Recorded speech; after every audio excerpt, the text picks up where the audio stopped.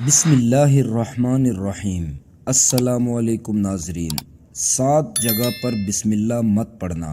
قرآن کریم اللہ کی عظیم کتاب ہے، یہ برکت والی کتاب ہے۔ اس کی آیتیں مومنوں کے لیے شفا ہے۔ اس کے ایک ایک حرف میں اللہ رب العزت نے 10 نیکیاں مقرر فرمائی ہے۔ قرآن کریم دنیا اور آخرت کی پریشانیوں کا علاج ہے اور قرآن کریم رحمتوں کا خزانہ ہے، لیکن اس عظیم رحمتوں والے خزانے سے مالا مال ہونا ہو تو پہلے سچے دل سے بسم اللہ الرحمن الرحیم پڑھو۔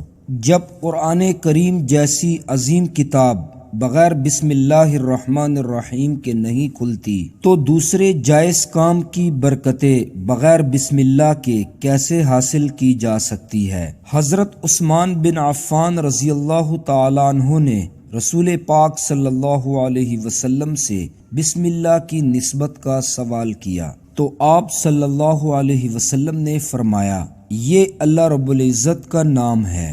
اللہ تعالیٰ کے بڑے ناموں اور اس میں اس قدر نزدیکی ہے جیسے آنکھ کی سیاہی اور سفیدی میں۔ حضرت جابر رضی اللہ تعالی عنہ فرماتے ہیں کہ جب یہ آیت بسم اللہ الرحمن الرحیم اتری تو بادل مشرق کی طرف چھٹ گئے اور ہوائیں ساکن ہو گئی اور سمندر ٹھہر گیا، جانوروں نے کان لگا لیے، شیاطین پر آسمان سے شعلے گرے، اور اللہ رب العزت نے اپنی عزت و جلال کی قسم کھا کر فرمایا کہ جس چیز پر میرا یہ نام لیا جائے گا اس میں برکت ضرور ہوگی۔ ابن مسعود رضی اللہ تعالی عنہ فرماتے ہیں کہ جہنم کے 19 داروغوں میں سے جو بچنا چاہے وہ بسم اللہ الرحمن الرحیم پڑھے۔ اس میں بھی 19 حروف ہیں، ہر حرف ہر فرشتے سے بچاؤ بن جائے گا۔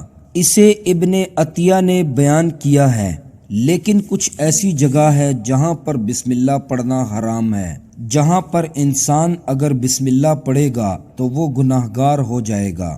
اب آپ یہ سمجھ لیجئے کہ کن جگہ پر بسم اللہ پڑھنا چاہیے اور کون سی جگہ پر بسم اللہ نہیں پڑھنی چاہیے۔ ایک مرتبہ ایک صحابی آئے اور آ کر حضور صلی اللہ علیہ وسلم سے عرض کرنے لگے، یا رسول اللہ صلی اللہ علیہ وسلم، میں بہت پریشان ہوں، ہمارے اونٹ کہیں کھو گئے ہیں۔ آپ صلی اللہ علیہ وسلم نے فرمایا کہ اللہ پر بھروسہ رکھو، اور اللہ پر بھروسہ رکھنا ہی اصل چیز ہے۔ تو کچھ صحابہ کرام عرض کرنے لگے، یا رسول اللہ صلی اللہ علیہ وسلم، ہمیں اللہ پر بھروسہ ہے، کیا ہم اپنے اونٹ ایسے ہی چھوڑ دیں؟ اگر ہماری قسمت میں ہوں گے تو ہمارے اونٹ واپس آ جائیں گے، اور اگر ہمارے مقدر میں نہ ہوئے تو واپس لوٹ کر نہیں آئیں گے۔ تو آپ صلی اللہ علیہ وسلم نے فرمایا، نہیں، پہلے اپنے اونٹ کو باندھو، اس کے بعد اللہ پر بھروسہ رکھو۔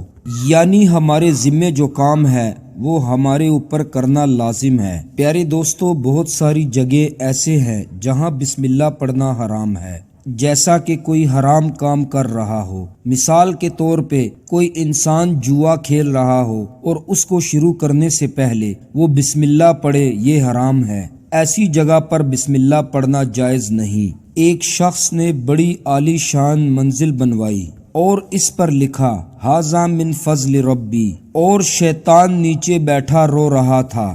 لوگوں نے پوچھا، تو کیوں رو رہا ہے؟ تو وہ کہنے لگا، دیکھو، میں نے اس سے جھوٹ بلوایا اور فراڈ کروایا، ہم نے اس کی بلڈنگ اس سے فراڈ کروا کے بنوائی، اور یہ لکھ رہا ہے ھذا من فضل ربی، کہ یہ میرے اللہ کا فضل ہے۔ اللہ نے کہاں کہا تھا کہ جھوٹ بول کے کمانا، اور اللہ رب العزت نے کہاں فرمایا تھا کہ فراڈ کرنا؟ تو مقصد صرف یہ ہے کہ شیطان ہر انسان کو بہکاتا ہے، تو اس لیے حرام کاموں میں بسم اللہ پڑھنا جائز نہیں۔ ہمیں ہر نیک کام کرنے سے پہلے بسم اللہ پڑھنی چاہیے۔ اور دوسری ایسی جگہ جہاں بسم اللہ پڑھنا جائز نہیں، مثلا ہم باتھ روم میں داخل ہو چکے ہوں اور نہانے سے پہلے ہم بسم اللہ پڑھیں، یہ بالکل بھی جائز نہیں، بلکہ وہ شخص گناہگار ہوگا۔ باتھ روم جانے سے پہلے ہمیں بسم اللہ پڑھنی چاہیے۔ تیسری ایسی جگہ جہاں بسم اللہ پڑھنا حرام ہے مثال کے طور پہ ایک شخص کاروبار کرتا ہے، اس نے کسی کو چیز بیچی اور اس کے بعد پیسے لینے سے پہلے اس نے بسم اللہ پڑھا، اور اس نے جھوٹ بولا اور پھر پیسے لینے سے پہلے اس نے بسم اللہ پڑھا، تو وہ شخص بھی گناہگار ہوگا۔ چوتھی ایسی جگہ جہاں بسم اللہ پڑھنا حرام ہے، مثال کے طور پہ کوئی شخص شراب پیتا ہے اور شراب پینے سے پہلے وہ بسم اللہ پڑھتا ہے، وہاں حرام ہے بسم اللہ پڑھنا، انسان گناہگار ہو جاتا ہے۔ پانچویں ایسی جگہ جہاں بسم اللہ پڑھنا حرام ہے، مثال کے طور پہ ایک شخص چوری کرنا چاہ رہا ہو، چوری سے پہلے وہ بسم اللہ پڑھے تو وہ گناہگار ہوگا۔ چھٹی ایسی جگہ جہاں بسم اللہ پڑھنا حرام ہے، مثلا کوئی شخص کسی کو ناجائز قتل کر رہا ہو، وہاں بسم اللہ پڑھنا حرام ہے، بلکہ وہ شخص بہت بڑا گناہگار ہوگا۔ ساتویں ایسی جگہ جہاں بسم اللہ پڑھنا حرام ہے، مثلا کوئی شخص کسی سے لڑائی کر رہا ہو، لڑائی کرنے سے پہلے بسم اللہ پڑھنا حرام ہے۔ پیارے دوستو، اللہ رب العزت سے دعا ہے کہ ہر برے کام کرنے سے اللہ رب العزت ہمیں بچائے، اللہ رب العزت ہمیں ہر وہ حرام کام کرنے سے بچائے جس سے اللہ ناراض ہوتا ہو۔